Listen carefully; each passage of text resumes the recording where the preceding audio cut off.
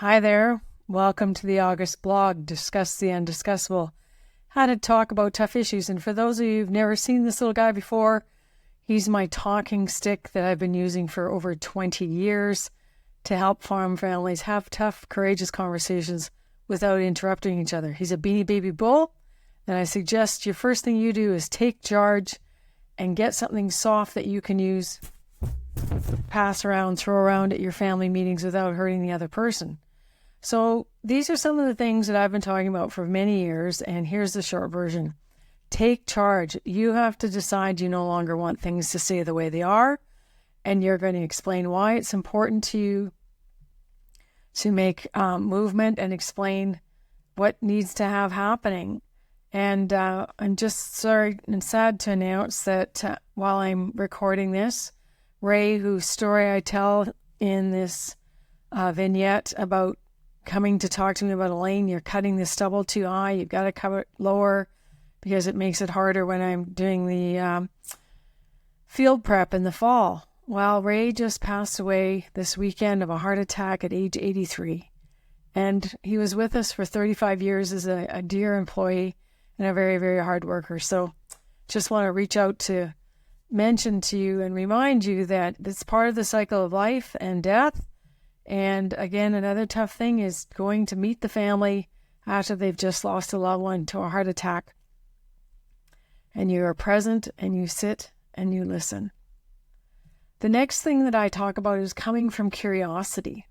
And I'm just curious is a great phrase to open up a non-judgmental, exploratory conversation. So try that next time you want to get a little bit deeper into a conversation without judgment. And ask good questions. Ask deeply.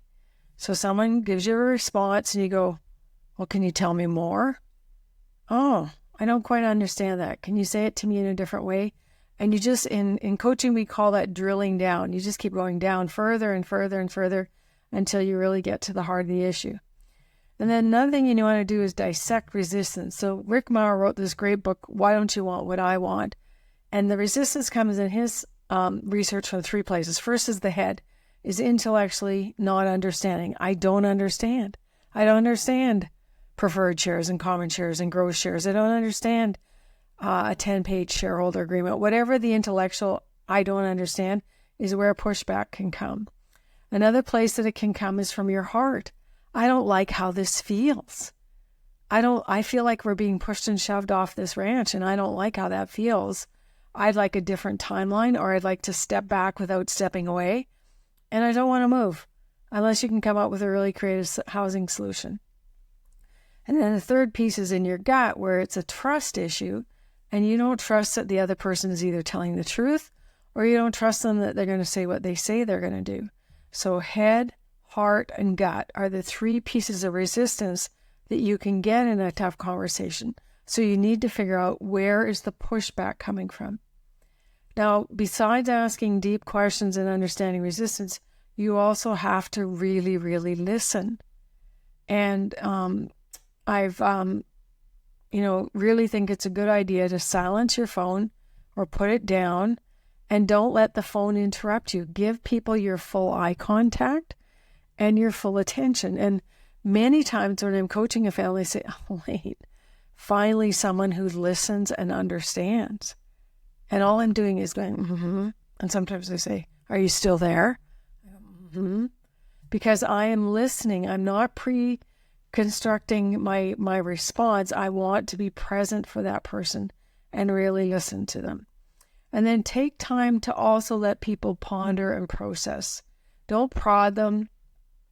Don't push their buttons. Say, looks like you're having a hard time with this. By when can you give me an answer?